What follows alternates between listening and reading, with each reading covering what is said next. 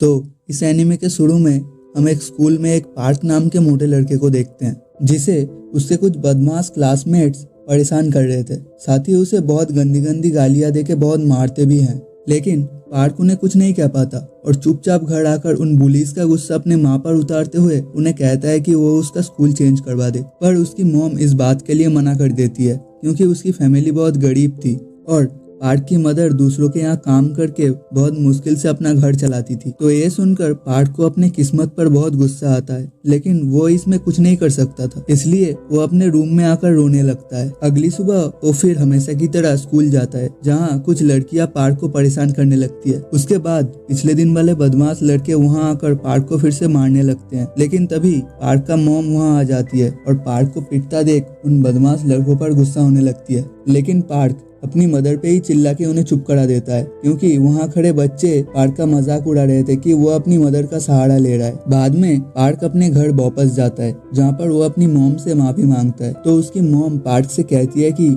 मैंने तुम्हारा ट्रांसफर करवा दिया है और कल ही तुम यहाँ से दूर सिटी में पढ़ने के लिए जाने वाले हो। यह सुनकर पार्क बहुत खुश होता है और वो अगले दिन दूसरी सिटी में रहने के लिए एक घर किराए पर ले लेता है। साथ ही उसे लगता था अब उसकी लाइफ बदलने वाली है और यहाँ सिटी में अपनी लाइफ अच्छे से गुजार सकेगा। आगे पार्क उस नई सिटी पर आके वहाँ पर घूमने लगता है, जहाँ वो गलती से एक लड़की से टकरा जाता है। तभी उस लड़की का फ्रेंड आकर पार्क को बहुत मारता है। साथ ही वहाँ आसपास खड़े लोग पार्क को पिटता देख उसका वीडियो बनाकर सोशल मीडिया पर पोस्ट कर देते हैं। अब पार्क अपने रूम में आ जाता है, जहाँ वो खुद की फोटो को सोशल मीडिया पर देखकर बहुत रोता है और कहने लगता है कि पूरी दुनिया ही एक जैसा है, इसलिए मेरा मर जाना ही बेहतर है। इसके बाद वो रोते रोते वहीं पर सो जाता है और जब उसका आँख खुलता है तब वो देखता है कि उसका पूरा बॉडी बदल चुका है, जिसको देखकर वो काफी ज्यादा हैरान हो जाता है। तभी वो अपनी रियल बॉडी को वहीं बगल पर सोया हुआ देखता है, जिसे देखकर उसे कुछ समझ नहीं आ रहा था। लेकिन पार्क अपनी इस बॉडी को पाकर बहुत खुश था, इसलिए वो कहता है कि इस बॉडी की हेल्प से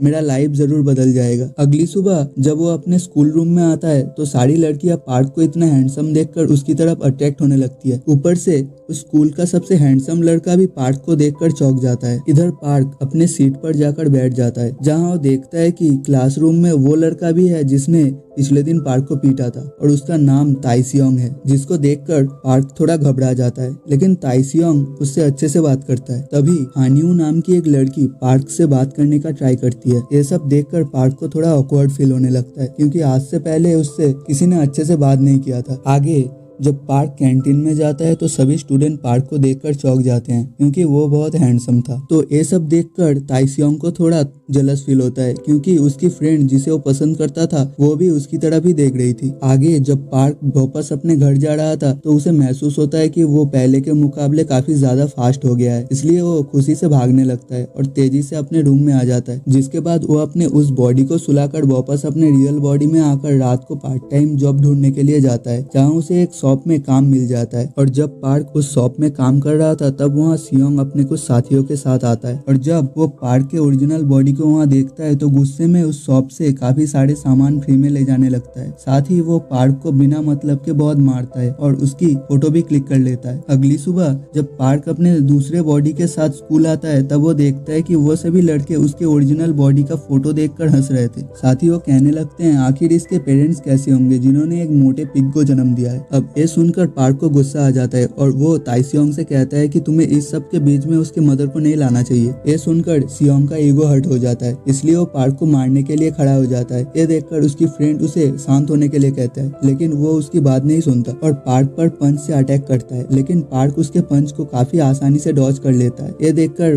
वो सभी क्लास वाले हैरान हो जाते हैं, क्योंकि सियोंग एक बॉक्सर था और उसके पंच से आज तक कोई बच नहीं पाया था। तभी पार्क भी उसे एक पंच मारता है, जिसके कारण सियोंग वहीं पर गिर जाता है और ये देखकर सभी लोग पार्क के फैन हो जाते हैं और वो उसकी फोटो क्लिक करके सोशल मीडिया पर डालने लगते हैं, जहाँ वो सभी फोटो स्कूल के कुछ बदमाश लड़कों के गैंग भी देख लेते हैं। आगे रात को जब पार्क अपने शॉप में काम कर रहा था तो एक लड़का आकर शॉप से कुछ चोरी कर भागने लगता है और जब पार्क उसका पीछा करता है तब वो देखता है कि उस लड़के को चोरी करने के लिए सियोंग के साथियों ने फोर्स किया था। अब जब वो लोग पार्क को वहाँ देखते हैं तब वो लोग उसे भी परेशान करने लगते हैं। तभी वहाँ बास्को नाम का एक बंदा आकर उन सभी लोगों को भगा देता है और वो लोग भी उसे देखकर भाग जाते हैं, क्योंकि बास्को उनके स्कूल का सबसे ताकतवर लड़का था। साथ ही उसका एक पावरफुल गैंग भी था। लेकिन बास्को को बाकियों की तरह दूसरों को बुली नहीं करता था। अब वो लड़का और पार्क उन्हें बचाने के लिए उसे थैंक यू बोलते हैं। अगली सुबह जब पार्क स्कूल आता है तब थोड़ी देर बाद वहाँ बास्को अपने साथियों के साथ आ जाता है, क्योंकि वो पार्क को उसी इमेजेस में देखा था जब वो सियोंग को मार रहा था। उसी की वजह से बास्को को लग रहा था कि पार्क भी बाकियों की तरह एक बदमाश लड़का है और वो पहले सियोंग को बुली कर रहा था। इसलिए बास्को पार्क का कंधा पकड़कर किसी से भी पंगा ना लेने के लिए कहता है। वहीं सब लोग बास्को को देखकर कहने लगते हैं कि कोई भी आज तक उसके पकड़ से बच नहीं पाया है। तभी पार्क बास्को के हाथ को अपने ऊपर से हटाते हुए कहता है, शायद आपको कोई गलतफहमी हो गया है, मैंने कोई भी गलत काम नहीं किया है। इधर पार्क के पकड़ के कारण बास्को के हाथ में दर्द होने लगता है, तो ये देखकर वहाँ खड़े सभी लोग हैरान हो जाते हैं और सियोंग के सभी चमचे पार्क से दोस्ती करने के लिए रिक्वेस्ट करने लगते हैं। तो पार्क भी इसके लिए मान जाता है, क्योंकि पहले उसका कोई भी दोस्त नहीं था। उसके बाद वो पार्क को पार्टी के लिए इनवाइट करते हैं,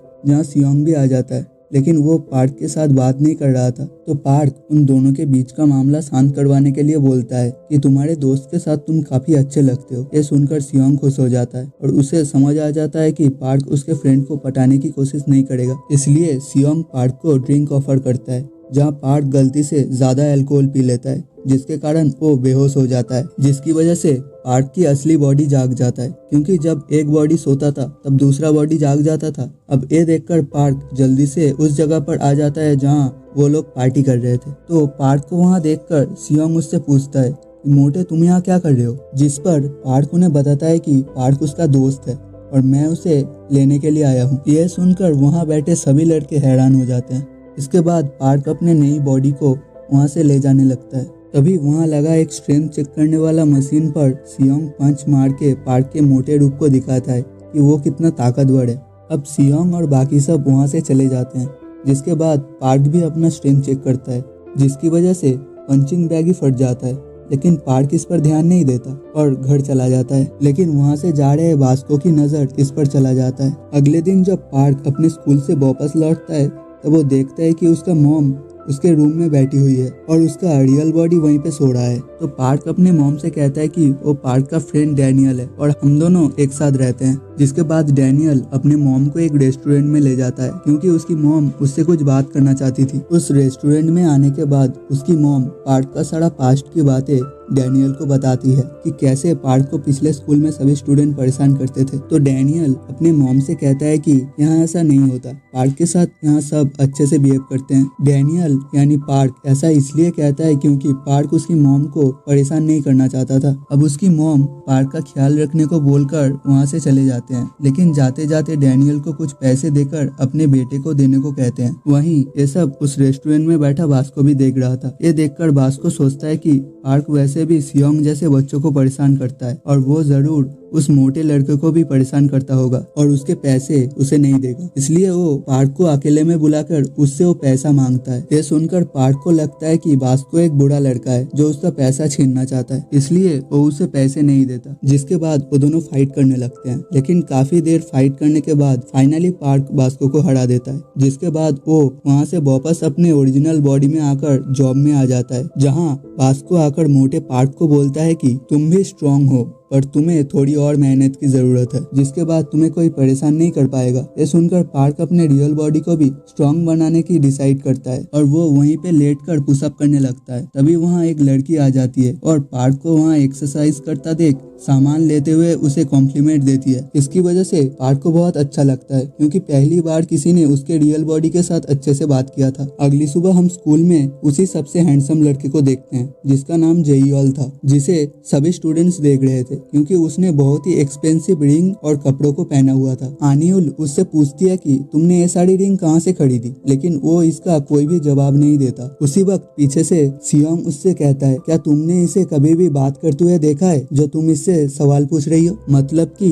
जेईऑल हमेशा क्लास में शांत रहता है और उसे फ्रेंड्स बनाने में कोई इंटरेस्ट नहीं है। तभी क्लास में पार्क का एंट्री होता है और उसे देखकर सारी लड़कियां जेईऑल को छोड़कर उसके पास चली जाती हैं। वहीं कुछ लड़के पार्क को देख देखकर कहने लगते हैं कि पार्क तो बहुत गरीब है, वो रोज बस एक ही शूज पहन कर आता है और तो और उसके कपड़े और बैग भी बहुत पुराने हैं। इधर ये सब बात जेयुअल सुन लेता है और उसे ये सब सुनकर अच्छा नहीं लगता कि वो लोग कपड़ों की वजह से पार्क का मजाक उड़ा रहे हैं। आगे ब्रेक टाइम में पार्क जीहो यानी उस लड़के के साथ घूमने लगता है जिसे सियोंग के साथी पहले परेशान कर रहे थे, क्योंकि अब पार्क ने उस लड़के के साथ दोस्ती कर ली थी। अब जब वो दोनों घूम ही रहे थे तब वो देखता है कि कुछ लड़के एक स्टूडेंट को परेशान कर रहे हैं, जिसको देखकर पार्क को खुद का पास्ट याद आने लगता है। इसलिए वो उन बदमाश लड़कों को रोकता है। तो ये देखकर उन बदमाश लड़कों का लीडर होबेन पार्क को मारने के लिए उसके पास आने लगता है, लेकिन उसी वक्त वहाँ उनके टीचर आ जाते हैं। इसीलिए वो सभी बदमाश लड़के वहाँ से चले जाते हैं और ये सब वहाँ खड़े जेयुअल भी देख रहा था और उसे पार्क का बिहेवियर काफी ज्यादा पसंद आता है। इसके बाद छुट्टी के टाइम जब पार्क क्लासरूम से निकलता है तभी उसे उसकी मॉम का कॉल आता है, जो कि उसका हालचाल पूछती है। साथ ही वो उसे बताती है कि कल उसका बर्थडे आने वाला है और ये बात वहीं खड़ा जेयुअल भी सुन लेता है। अब क्या होने वाला है आगे जानने के लिए सुनते रहिए लुकिज्म, सिर्फ और सिर्फ एनिम कोड यूट्यूब चैनल पर।